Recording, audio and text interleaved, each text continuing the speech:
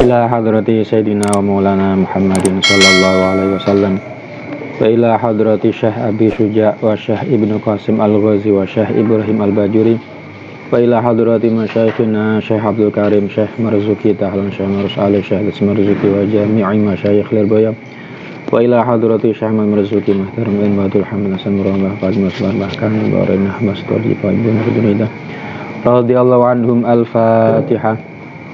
A'udzu billahi minasyaitonir rajim. Bismillahirrahmanirrahim. Alhamdulillahirabbil alamin arrahmanir rahim maliki yaumiddin. Iyyaka na'budu wa iyyaka nasta'in. Ihdinas siratal mustaqim. Siratal ladzina an'amta 'alaihim ghairil maghdubi 'alaihim waladdallin. Bismillahirrahmanirrahim. Alhamdulillahirabbil alamin. Allahumma sholli wa sallim wa barik ala sayyidina Muhammadin wa ala alihi wa sahbihi ajma'in. Jazallahu anna sayyidina Muhammadan sallallahu alaihi wasallam ma wa'ala. Qala al-musannifu rahimahullahu ta'ala wa nafa'ana bihi wa bi ulumihi fid dharaini amin. Wa syara'itu sihhati fi'liha utawi pira-pira syarat sae nglakoni Jumatan iku salah satun telu. Al-awwalu utawi kang kawitan iku darul iqamati omah mukim allati kang yastautinuha kang manggon tetep ing allati sapa al-adadu wilangan al-mujammi'una kang padha nglakoni Jumatan kabeh.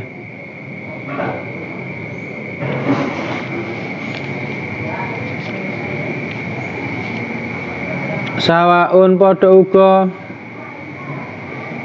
iku fi dzalika ing dalem mengkono-mengkono darul iqamah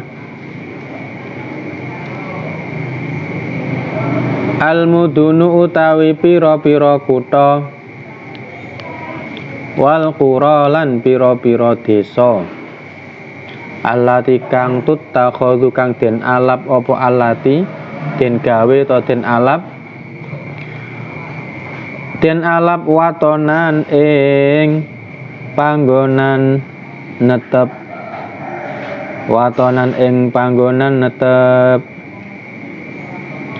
wa abarolan nembungake. Sinten al-musannifu yai musannif an dzalika saking mengkono-mengkono syarat bi qaulihi kelawan dawe musannif rupane dawuh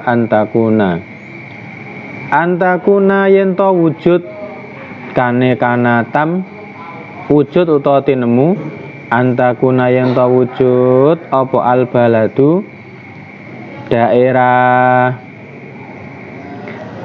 Misron iku kutha kanat ana apa al baladu daerah au qaryatan utawa desa. Asani utawi kang kaping pindho iku ayyakuna yen to ana apa al adadu wilangan fi jama'atil jumu'ati ing dalam jamaah salat Jumat iku arba'ina wong 40 apane rajulan wong lanange iku arba'ina 40 apane rajulan wong lanange min ahlil jumu'ati saking ahline Jumatan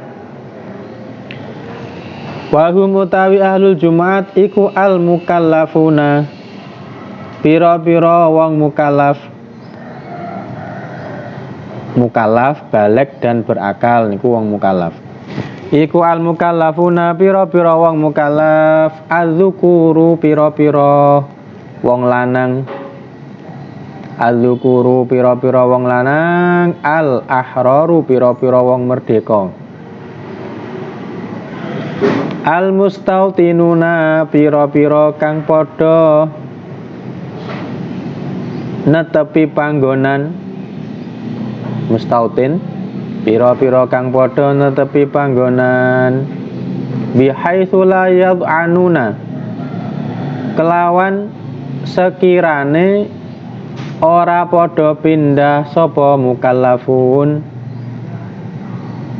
kelawan sekirane ora padha pindah sapa mukallafun amma saking panggonan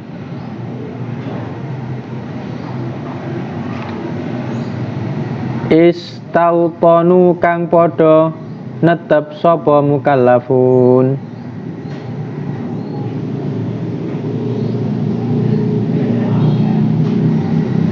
istautonu kang padha netep sapa mukallafun ora pindah syitaan ing dalem waktu rendeng syitaan ing dalem waktu rendeng wala saifan lan ora ing dalem waktu ketiga illa li hajatin kejaba krana hajat illa li hajatin kejaba krana hajat wasalisu utawi kang kaping 3 iku ayyakuna yen to ana apa al waktu iku bagian kang tetep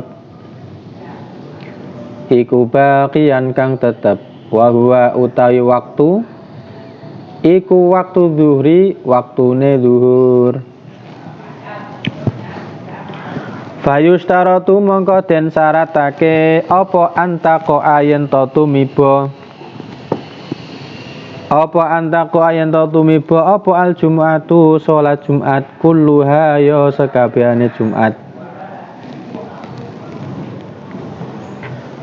tumiba fil wakti ing dalem waktu zuhur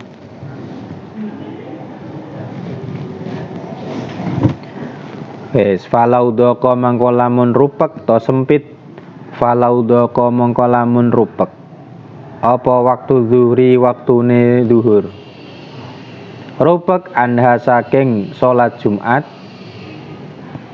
anha saking Jumatan gambarane bi alam yapko kelawan yento ora tetep bi alam yapko kelawan yento ora tetep minhu saking waktu apa ma perkara ya sa'u kang amot apa ma ya sa'u kang amot apa ma alladzi engkang labuda kang ora kena ora minhu saking alladzi fiha ing dalem Jumat bayane mau min khutbataiha bayane khutbah lorone Jumat wa rakaataiha lan 2 rakaate salat Jumat wa rakaataiha lan 2 rakaate salat Jumat nek falaudaka mau suliyat mongko den lakoni salat apa Jumat zuhron hale salat zuhur suliyat mongko den lakoni salat apa Jumat zuhron hale salat zuhur fa in kharaja mongko lamun metu apa al waktu au dimat utawa den sepekake apa syurutu pira-pira syarat ai jami'u wakti zuhri tegese segabehane waktune zuhur kharaja mau yakinan kelawan yakin audzonan utawa kelawan penyono intu metu wa hum hale utawi ahlu Jumat wa hum hale utawi ahlu Jumat iku fiha ing dalem salat Jumat iku fiha ing dalem salat Jumat ya suliyat mongko den lakoni salat apa Jumat suliyat mongko den lakoni salat apa Jumat zuhron hale salat zuhur zuhron hale salat zuhur binaan kelawan nerusake alama ing atase perkara fuila kang wis den lakoni apa ma minha saking Jumat alama ing atase perkara fuila kang wis den lakoni apa ma minha saking Jumat wafatat lan pot utawa gugur wafatat lan pot apa al jumatu salat Jumat. Sawaun iku padha uga adraku padha menangi sapa ahlu Jumat minha saking salat Jumat. Adraku padha uga menangi sapa ahlu Jumat minha saking salat Jumat menangi rakaatan ing sak rakaat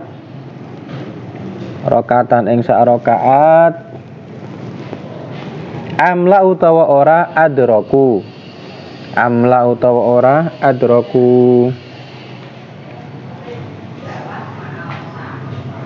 walau syaku lan lamun padha mamang sapa ahlu Jumat fi khuruji waqtiha ing dalem metune waktune Jumat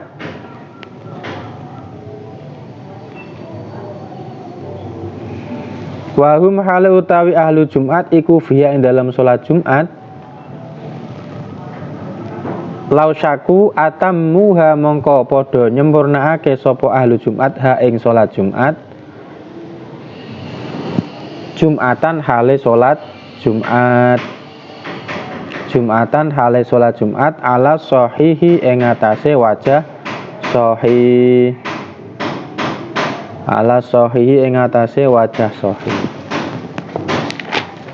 bon wasyara itu sihati filiha salah satun ya. Jadi membahas tentang syarat-syarat sahnya melaksanakan Jumat.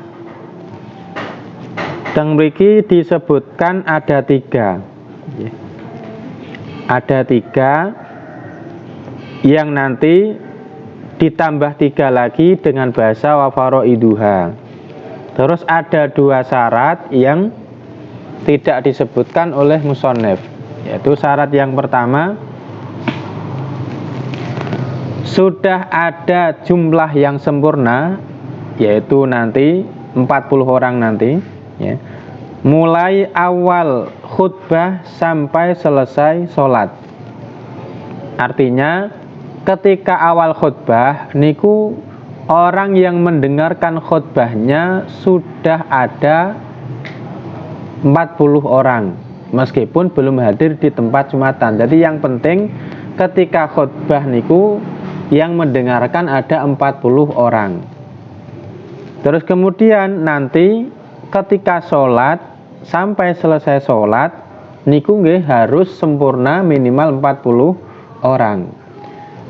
Di tengah-tengah kok berkurang dari 40 orang, baik itu ketika khutbah atau ketika sholat, niki menyebabkan Jumatannya bisa batal.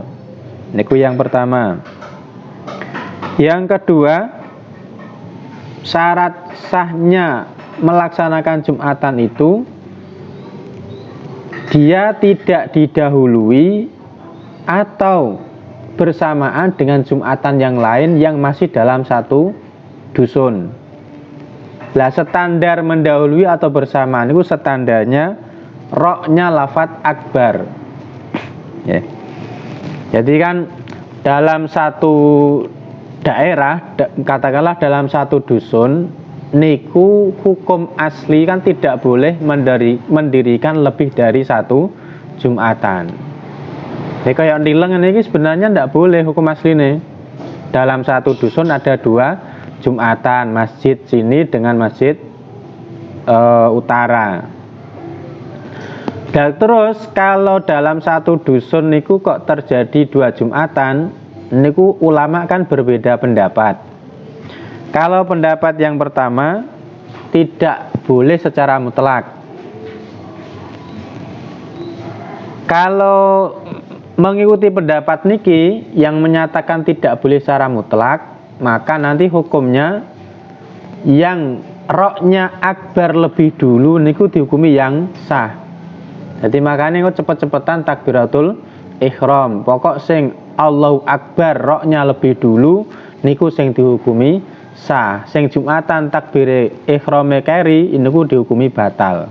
Berarti dia harus diganti dengan sholat zuhur. Makanya paling penak nggih khotbah cepet langsung takbiratul ihram, makmume ya seneng ya. Jadi ben yakin sah nih wong.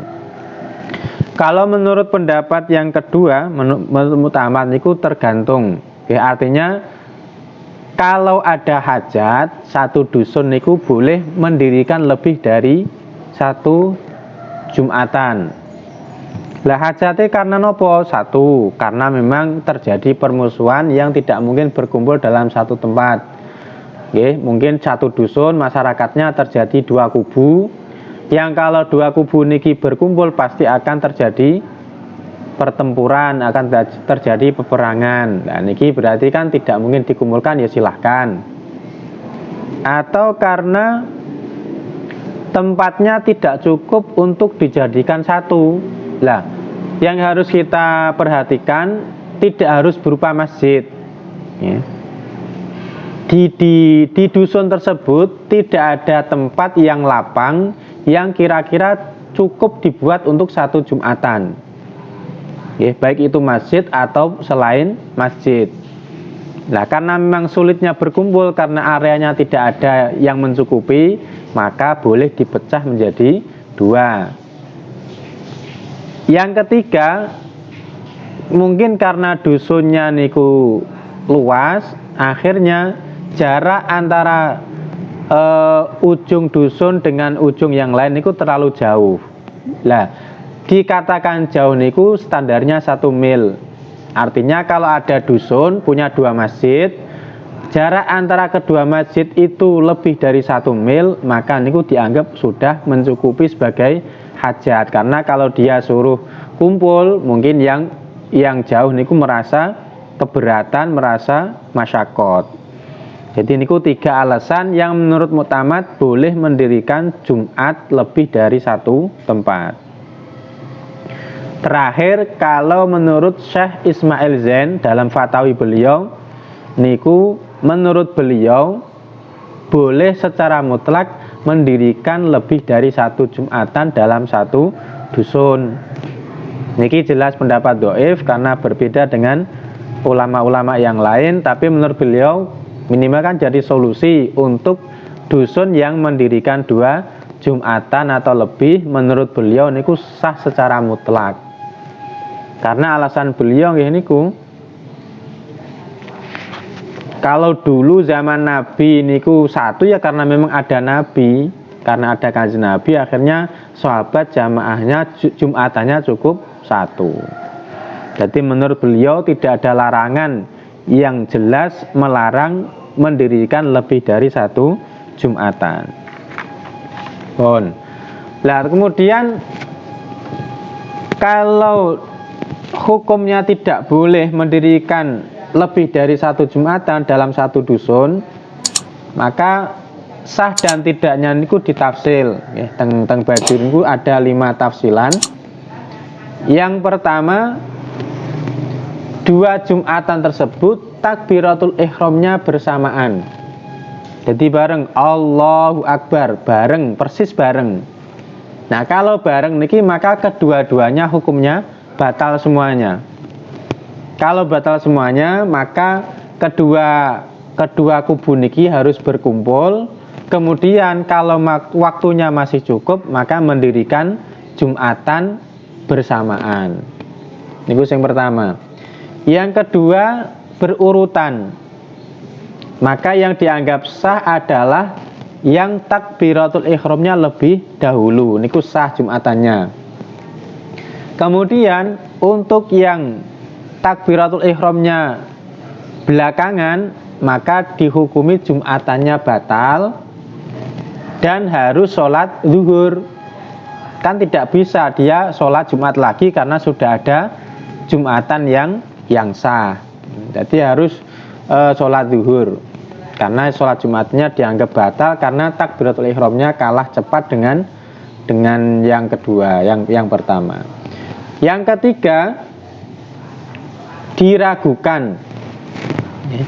Jadi ya diragukan apakah ada yang lebih dahulu atau tidak, ataukah takbiratul ihramnya bersamaan atau tidak, niku tidak yakin, ragu.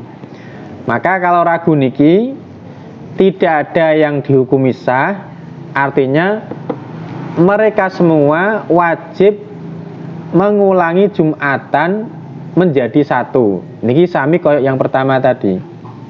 Yang pertama yang takbiratul ihramnya bersamaan. Jadi wajib berkumpul untuk mengulangi Jumatannya lagi, sak khutbah kalau memang waktunya masih cukup. Yang keempat,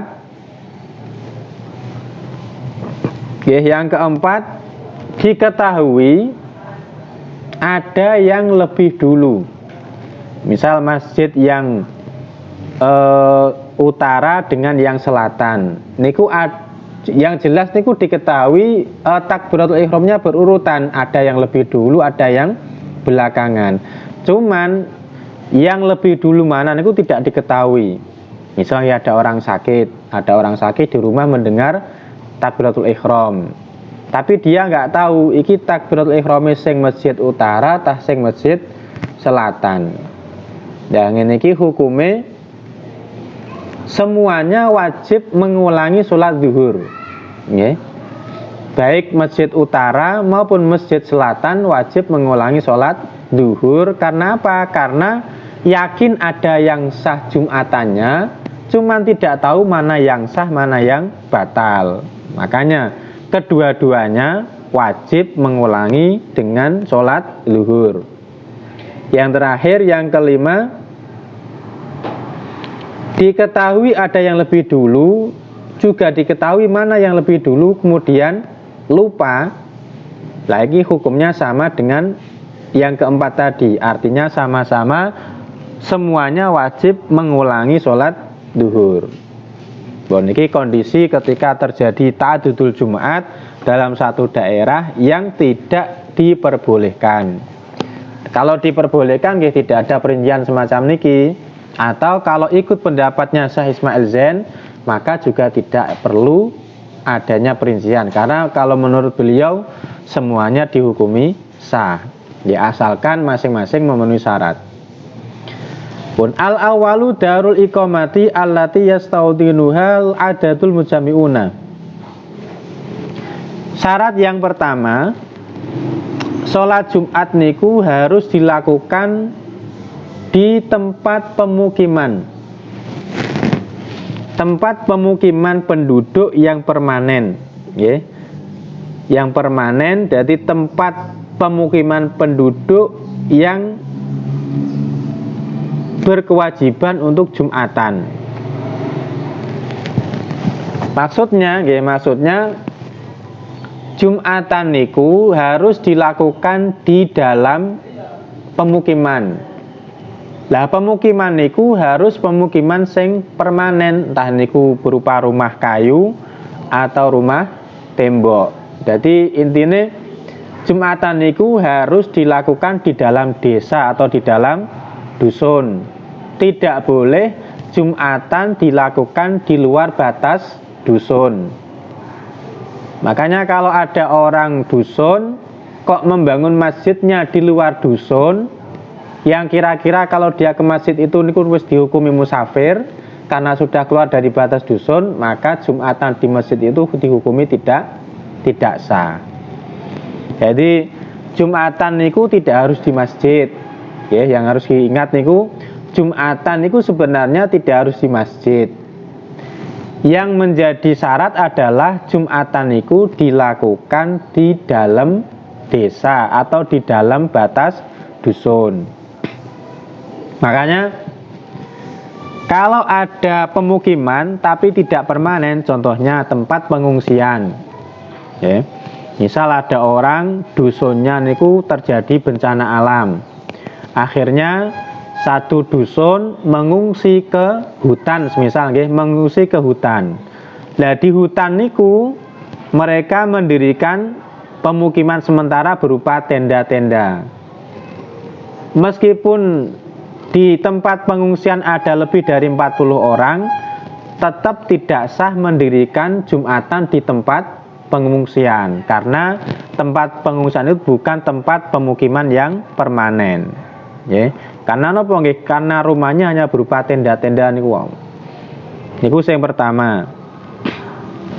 Yang kedua, kalau ada dusun hancur karena terjang tsunami misal nggih, dulu waktu di Aceh ada satu dusun yang rumahnya roboh semua diterjang tsunami. Satu dusun. Bolehkah penduduk setempat melaksanakan Jumatan di situ? Kan sudah tidak ada rumahnya. Jadi rumahnya semuanya roboh, tidak ada bangunannya, tapi itu merupakan dusun yang mereka tempati selama niki. Dan niku ditafsir, kalau penduduk daerah tersebut ada niat untuk membangun rumahnya lagi, niat untuk membangun dusunnya lagi, maka mendirikan Jumatan di situ hukumnya sah, meskipun waktu itu belum ada bangunan rumahnya. Tapi kalau semua penduduk sepakat mau pindah tempat, dusun lamanya ditinggalkan, maka Jumatan di situ hukumnya tidak sah, karena sudah tidak ada bangunan rumah yang permanen, baik itu dari kayu atau dari tembok. Oke, niku tempat yang sah dijadikan tempat Jumatan harus tempat yang memang menjadi pemukiman penduduk yang permanen, baik dari kayu atau dari tembok, bukan dari semacam tenda. Sawaun fi dzalikal mudunu wal qura allati tutakhadhu watonan. Nah, tempat pemukiman niku tidak ada bedanya apakah dia itu mudun atau qura. Ya. Wa abaral musannifu an dzalika biqouli an takunal baladu misron kanat al baladu aw qaryatan. Mohon. Dalam bab Jumat niku ada 3 sebutan. Yang pertama mudun niku Madinah atau bahasa lain Misra, artinya kota. Ada balad, nggih, buldan, mufradnya balad. Ada qaryah. Lah sing disebut mudun utawa Misra niku napa? Nggih niku suatu daerah yang di situ terdapat hakim syar'i, terdapat polisi, dan terdapat pasar. Jadi kalau ada tiga-tiganya niki disebut mudun atau Misra, Misr atau kota. Kalau hanya terdapat salah satu dari 3 hal tadi disebut balad. Kalau tidak ada ketiga-tiganya disebut qaryah utawa qura. Nah, niki kalau kita istilahkan di istilah kita berarti mudun atau misron niku sama dengan kecamatan, balad sama dengan kelurahan, qaryah sama dengan dusun. Oke. Jadi kecamatan Grobogan misal niku ada hakim, ada pengadilan, juga ada polisinya, juga ada pasarnya. Terus di bawah niku kelurahan, misal kelurahan Putatsari, dia hanya ada pasar, tidak ada polisi, tidak ada pengadilan. Terus dusun Ketileng, tidak ada ketiga-tiganya. Pasar ya gak enek, polisi ora enek, pengadilan nggih gak enek. Jadi qaryah niku sama dengan dusun, kemudian balad sama dengan kelurahan, misra atau mudun sama dengan kecamatan. Dan niku tidak ada bedanya, yang penting dia merupakan tempat pemukiman penduduk yang permanen, entah itu kecamatan, entah itu kelurahan atau itu dusun. Itu yang pertama. Syarat yang kedua, ayyakunal adatu fi jama'atil jum'ati arba'ina rajulan min ahlil jum'ati. Syarat yang kedua, jumlah yang mencukupi dalam jamaah sholat Jumat niku minimal 40 laki-laki dari ahli Jumat. Siapa ahli Jumat? Yaitu orang-orang mukallaf. Mukallaf itu balik dan berakal, yang berkelamin laki-laki, yang merdeka, dan mustautin, yang bertempat tinggal secara tetap. Mustautin itu artinya orang-orang yang tidak meninggalkan tempat tinggalnya kecuali ada kebutuhan, baik waktu hujan maupun waktu kemarau.